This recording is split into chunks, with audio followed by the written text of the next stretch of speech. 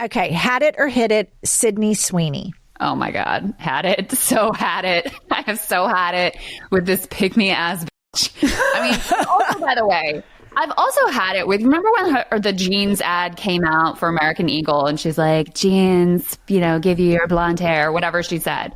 And there are a bunch of liberals and leftists who didn't want to be like, woke scolds. And they're like, it's cool. We don't even care. And I was like, guys, we should care that this major American brand is flirting with eugenicism. So that was Krystal Ball on a podcast called the I've Had It podcast, raging out against Sydney Sweeney, again, over her American Eagle jeans ad that she's still mad about, because once again, despite what these lefties say about how they're all about economic populism and actually working with the working class, in reality, these people are elitists that have these elitist concerns that want to make sure that all the Hollywood actresses stay perfectly in line with their ideology and are willing to deploy the most disgusting, nasty tactics in order to preserve their one-party rule in elite circles. And this is what we're going to talk about today. But before we do, I want to thank everybody who supports this channel via actualjusticewarrior.com/join. Give me the money. Give me the money. Okay. So fun fact, the woman that is pictured on screen as Krystal Ball melts down over a jeans ad that is months old and never should have been a controversy in the first place is the same woman that is in that viral clip with Cenk's nephew, where she identifies the collar that's on his dog is way too tight. And now it's mainstream. I love her. I think her collar's too tight. Well, it's here we can take it off. It's you have to be able to get two fingers, and I couldn't even get one. I think you're choking her. She's like, it's because she has a lot of neck meat. And of course, this was evidence against Cenk's nephew in the whole shock dog incident, because guess what? Cenk's nephew removes the collar and hides it under the table because he doesn't want it to be seen by her or on stream, because obviously this was the shock collar. But in this particular instance, we're not going to get into their support for animal abuse as long as it's being done by a communist. We're going to talk about Krystal Ball being ultra pissed off again about a jeans ad from months ago where Sydney Sweeney made jokes, or the jeans ad made references to winning the genetic lottery. For American Eagle, and she's like, jeans, give you your blonde hair, whatever she said. And there are a bunch of liberals and leftists who didn't want to be like, woke scolds. And they're like, it's cool, we don't even care. And I was like, guys, we should care that this major American brand is flirting with eugenicism in order for to turn a profit. So the level of delusion right here being expressed by Krystal Ball, who of course is an out of touch elitist that is LARPing as a champion for the working class, is actually quite impressive, because the whole point of the ad was a pun where they're talking about genes as in genetics, winning the genetic lottery, and then jeans as in pants, in order to sell jeans with a sexy voice and whatnot, and it shouldn't have been controversial at all whatsoever. Genes are passed down from parents to offspring, often determining traits like hair color, personality, and even eye color. My genes are blue. Sydney Sweeney has her genes. However, because Krystal Ball is uncomfortable with the idea of a white person being described as having good genes, she projects all this eugenicist nonsense that's coming out of her own mind onto this particular ad and demands that American Eagle apologize for this and Sydney Sweeney bend the knee and say that white people can never have genes, even though, again, it is very common to describe attractive people as winning the genetic lottery. In addition to that, I will also point out that this American Eagle ad comes after a wave of these stupid body positivity ads where they put obese and unattractive women in their clothes under the premise that that would make their clothes more relatable. But in reality, what actually happened was that people didn't buy them because they assumed that those clothes were for fat people or for fat girls. What people actually buy into when it comes to advertising a lot of the time is this idea of aspirational goals. Sydney Sweeney's attractive, she's wearing the jeans, and even though this doesn't make a logical sense, people think, oh, well, if I buy those jeans, I will also look or feel attractive. That was the whole appeal. That's what they were going back to. And of course, Krystal Ball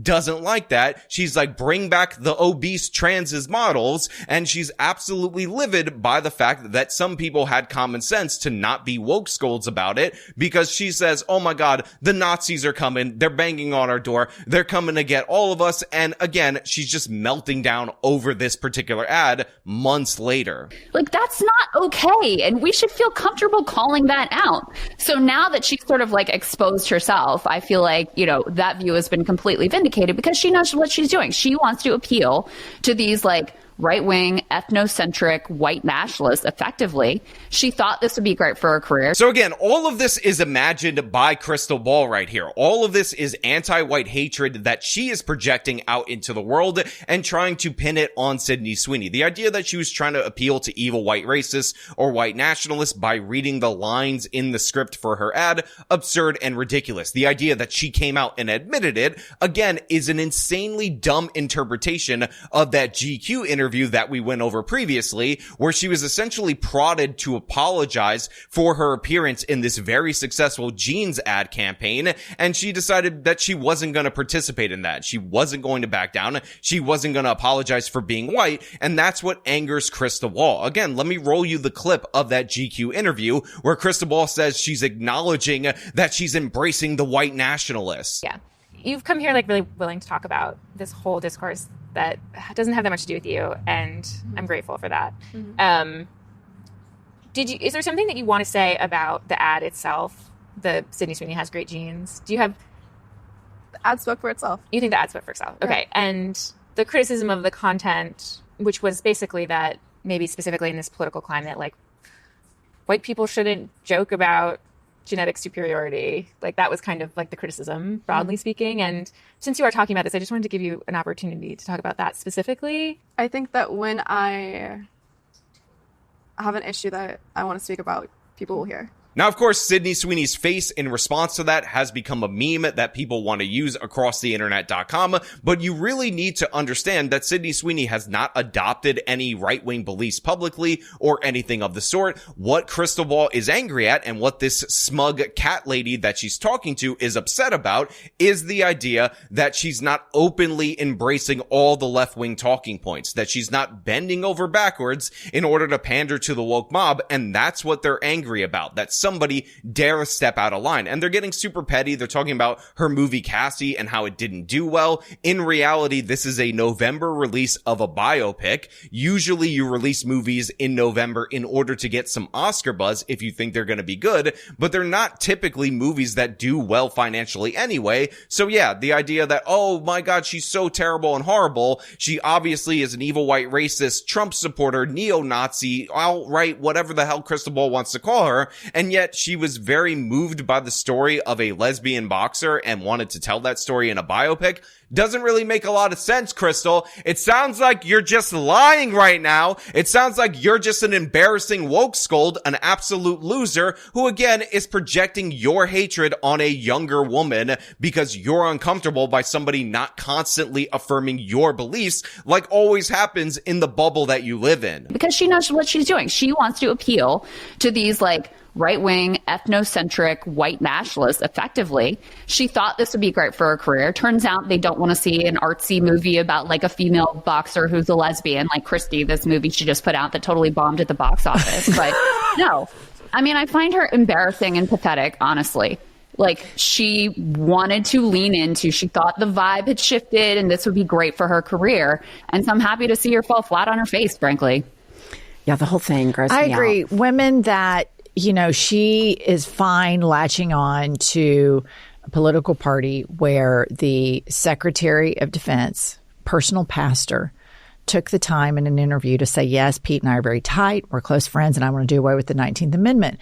And this is just, at some point, when you go seek refuge with the people that hate everybody, and you're one of the groups, minority groups that they hate, at some point those knives are going to be turned. For you. But yeah, she registered as a Republican in Florida in this year. Like in the year 2025, to register as a Republican as a woman, that is a choice. That is a choice. Yes. And I don't buy this bullshit that she's like, oh, she's just not that smart and doesn't know, which is bullshit.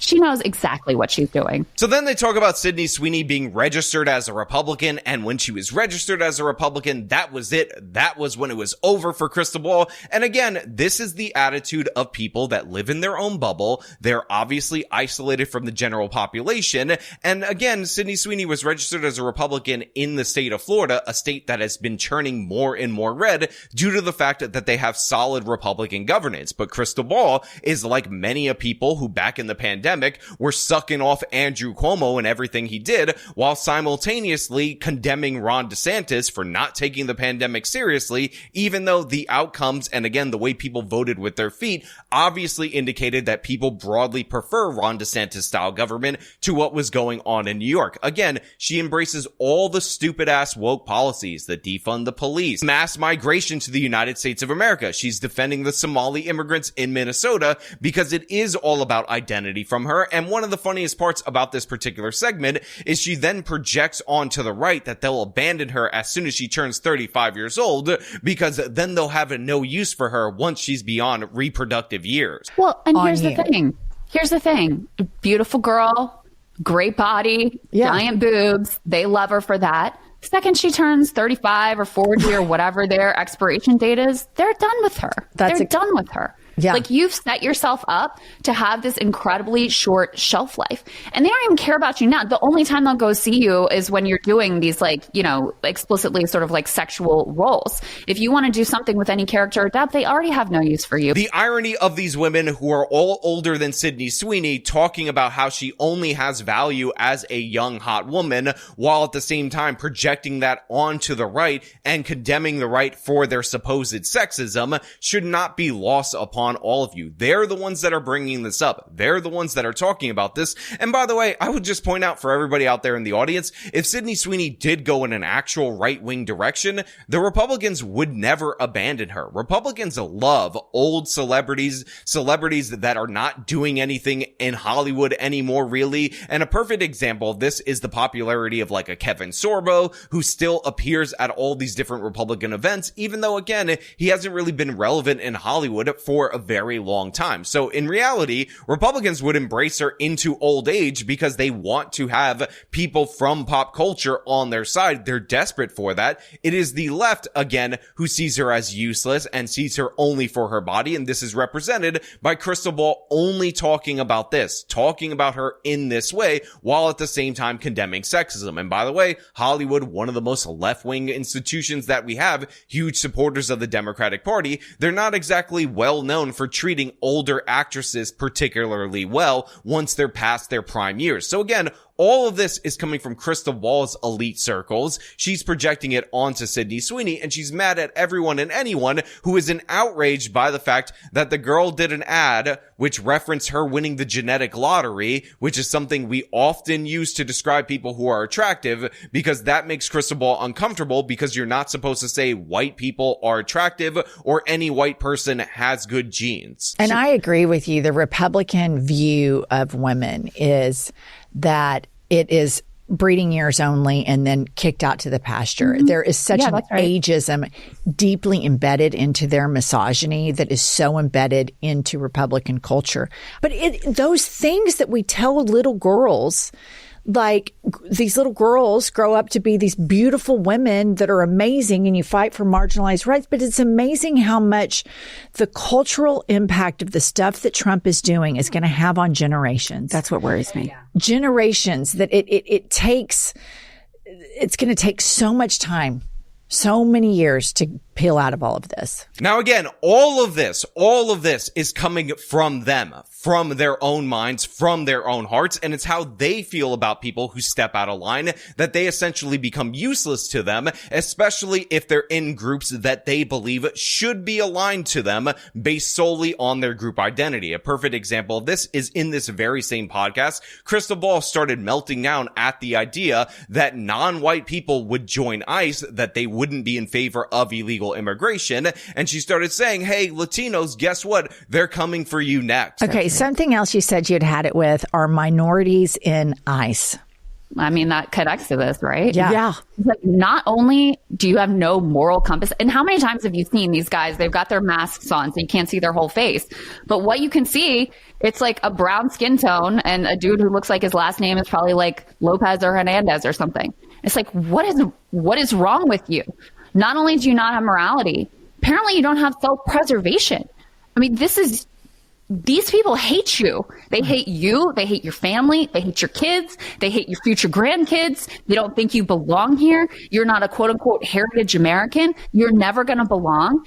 And you're the one implementing the violent force against your own community. I just can't wrap my head around that. Now, not that it matters, but I'm half Latino, and there is nothing, absolutely nothing about me being partially from a Hispanic origin or my family members being fully from a Hispanic origin that predisposes us to like and support and cheer on illegal immigration. I know this is shocking to people like Krystal Ball, but people are individuals. They can form their own opinions. They can change their opinions based on the reality on the ground. And we already had the experiment of flooding the nation with millions of new illegal aliens committing asylum fraud. And this is why Donald Trump won a majority of the vote when he ran for re-election in 2024. You're the one who's out of touch, and no, people don't have to align with your elitist worldview based on the fact that they're poor minorities that need to be obedient to you. Again, this group of women are the most likely people to tell a Latino person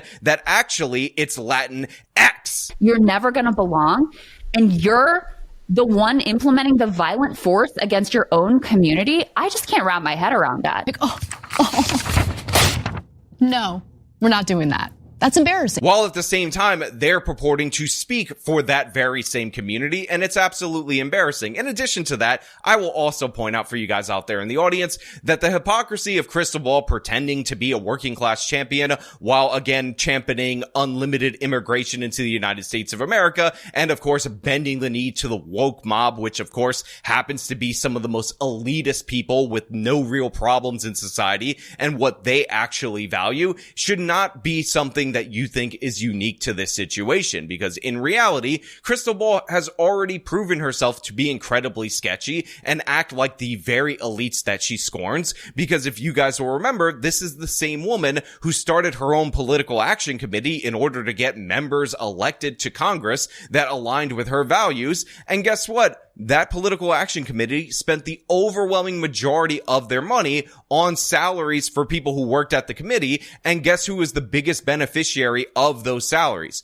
Krystal Ball. Anybody can go to Open Secrets and look up the People's House Project PAC expenditures, and what you'll discover is that they spent $521,000 in the 2018 cycle, nearly 70% of their entire expenditures on salaries, and contributions only represented 6.52%. And guess what? The number one recipient of those salaries was Krystal Ball, who pulled in $279,333 from this particular PAC. So that's over half of the salaries, over 35% of the total expenditures for this PAC that again was about getting members of Congress elected that represented her values going directly into Krystal Ball's pocket. This is the same person who will rag on nonprofits for having bad ratios of what they actually donate to charity and other super PACs and talk about how we need to get big money out of politics because there's so many scams. But guess what? When she ran a super PAC, she promoted it with her name. It was to enrich herself. $300,000 for a PAC that elected no candidate. I believe 2 candidates that they endorsed may have won primaries, but they won nothing. The PAC basically folded after this, and Krystal Ball basically set up a get-rich-quick scheme in order to deprive her own audience of money and put it directly in her pocket. Again, acting as the very elite she criticizes. So I'm not surprised to see her embrace the same politics of the elites, because that's who she is. That's who she's always been. But you know what? Those are just my thoughts. I want to know what you guys think about all this down in the comments below. As per usual, if you like this video, show them by leaving a like, subscribe for more content, follow me on my social medias, support me via the support links in the description of this video. This has been me talking about Krystal Ball melting down on Sydney Sweeney and Latinos that dare defy her expectations of them. Till next time.